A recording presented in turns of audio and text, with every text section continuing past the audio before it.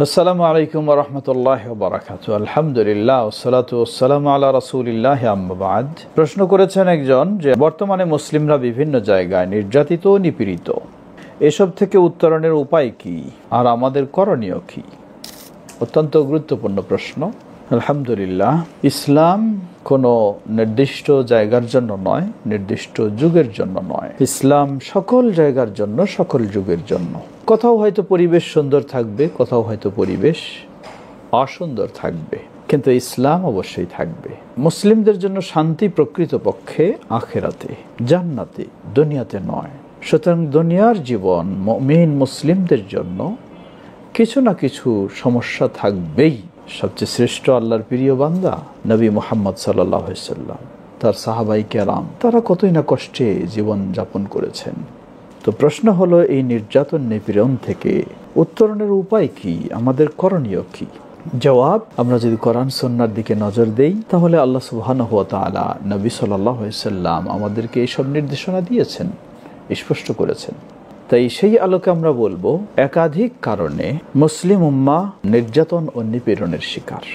তার মাঝে সবচেয়ে বড় কারণ হলো মুসলিম উম্মাহ কোরআন এবং সুন্নাহ থেকে, কোরআন ও সুন্নাহর আলোকে সঠিক দিন থেকে যত দূরে সরে যাবে, তত তারা নির্যাতন নিপীড়নের শিকার হবে, অন্যেরা তাদের উপর প্রতিষ্ঠিত হবে। যেমন একটি হাদিস সহিহ, আল্লাহ রাসূল সাল্লাল্লাহু আলাইহি ওয়াসাল্লাম বলেন, ইযা তাবায়াতুম বিল ঈনাতি ওয়া আখাযতুম আযনাবাল বাকার ওয়া রাদিতুম বিজ-জার'i ওয়া তারাকতুমুল জিহাদ সাল্লাতাল্লাহু আলাইকুম যুল্লা লা ইয়ানজিউহু হাত্তা তারজিউ ইলা দীনিকুম। সুবহানাল্লাহ। আল্লাহ রাসূল সাল্লাল্লাহু আলাইহি ওয়াসাল্লাম বললেন, যখন তোমরা বাইঈনায় লিপ্ত হবে, এটি হলো এক প্রকার সুদী ব্যবসা, দুনিয়া নিয়ে তোমরা ব্যস্ত হবে, দুনিয়ার ক্ষেত খামার কর্মকাণ্ডে মগ্ন হয়ে যাবে, না দিনমুখী নয় দুনিয়ামুখী, আখিরাতমুখী নয় দুনিয়ামুখী। ওয়া তারাকতুমুল জিহাদ, আল্লাহ সুবহানাহু ওয়া তাআলার সন্তুষ্টি অর্জনের লক্ষ্যে দ্বীনের জন্য জিহাদ সেটি বর্জন করবে। জিহাদ মানে শুধু বোমাবাজি নয়, ত্যাগ স্বীকার, সেটি বর্জন করবে। প্রকৃত রাসূলুল্লাহ সাল্লাল্লাহু আলাইহি ওয়াসাল্লামের যে জিহাদ, সেটি বর্জন করবে।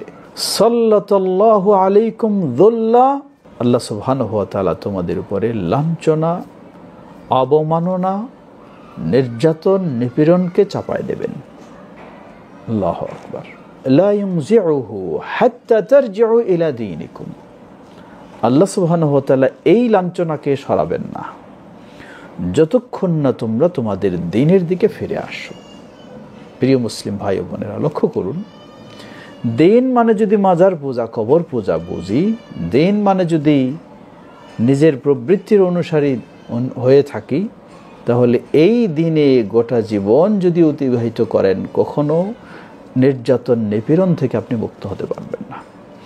দ্বীন হলো কিতাব এবং সুন্নাহর দ্বীন, ওয়াহী ভিত্তিক দ্বীন, যেই দিনের উপরে ছিলেন রাসূলুল্লাহ সাল্লাল্লাহু আলাইহি ওয়াসাল্লাম, খোলাফায়ে রাশিদিন, সালাফগণ, সেই দিনের প্রতি আপনাকে ফিরে আসতে হবে। তাহলে এই হাদিস আমাদেরকে বলে দিচ্ছে, নির্যাতন নিপীড়ন থেকে মুক্তি, উত্তরণের পথ হলো সঠিক দিনের প্রতি ফিরে আসা। দ্বিতীয়, আরো যদি লক্ষ্য করি, আল্লাহ সুবহানাহু ওয়া তাআলা বলেন, ইন্নাহু মান ইউশরিক বিল্লাহ ফাকাদ হাররামাল্লাহু আলাইহিল জান্নাহ ওয়া মাওয়াহুন নার ওয়া মা লিয-যালিমিনা মিন আনসার। যে আল্লাহর সাথে শিরকে লিপ্ত হয়, আল্লাহ তার জন্য জান্নাতকে হারাম করে দেন, জাহান্নাম অপরিহার্য করে দেন, এবং এই জালেম মুশরিকদের জন্য আল্লাহর পক্ষ থেকে কোনো সাহায্য সহযোগিতা হবে না। অন্য আয়াতে বলছেন, সূরা জুমারে আল্লাহ রাব্বুল আলামিন অনেক নবী রাসূলের আলোচনার পরে নবী সাল্লাল্লাহু আলাইহি ওয়াসাল্লামকে এবং তাদের সকলকে লক্ষ্য করে বলেন, লা ইন আশরাকতা লা ইয়াহবাতান্না আমালুক ওয়া লা তাকুনান্না মিনাল খাসিরিন। যদি তুমি শিরকে লিপ্ত হও, তোমার ভালো কাজগুলি বরবাদ হয়ে যাবে এবং ক্ষতিগ্রস্ত হবে তোমরা। সুবহানাল্লাহ। তাই আমরা বলতে পারি, প্রথম হলো সঠিক দিনের প্রতি ফিরে আসা আমাদের কর্তব্য কোরআন সুন্নাহর আলোকে। দ্বিতীয় হলো অবশ্যই শিরক মুক্ত হতে হবে। তৃতীয়, আল্লাহ সুবহানাহু ওয়া তাআলা বলেন, ফালইহযারিল্লাযীনা ইউখালিফুনা আন আমরিহি আন তুসীবাহুম ফিতনাতুন আও ইউসীবাহুম আযাবুন আলীম। যারা রাসূলুল্লাহ সাল্লাল্লাহু আলাইহি ওয়াসাল্লামের সুন্নাহর বিপরীতে চলে, তাদের সতর্ক হওয়া উচিত।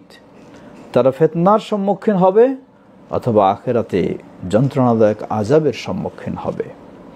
সুতরাং দুনিয়ার জীবনে ফিতনা মুক্ত, নির্যাতন নিপীড়ন মুক্ত যদি আপনি হতে চান, তাহলেও সুন্নাহকে আঁকড়ে ধরতে হবে, বিদআত থেকে মুক্ত হতে হবে।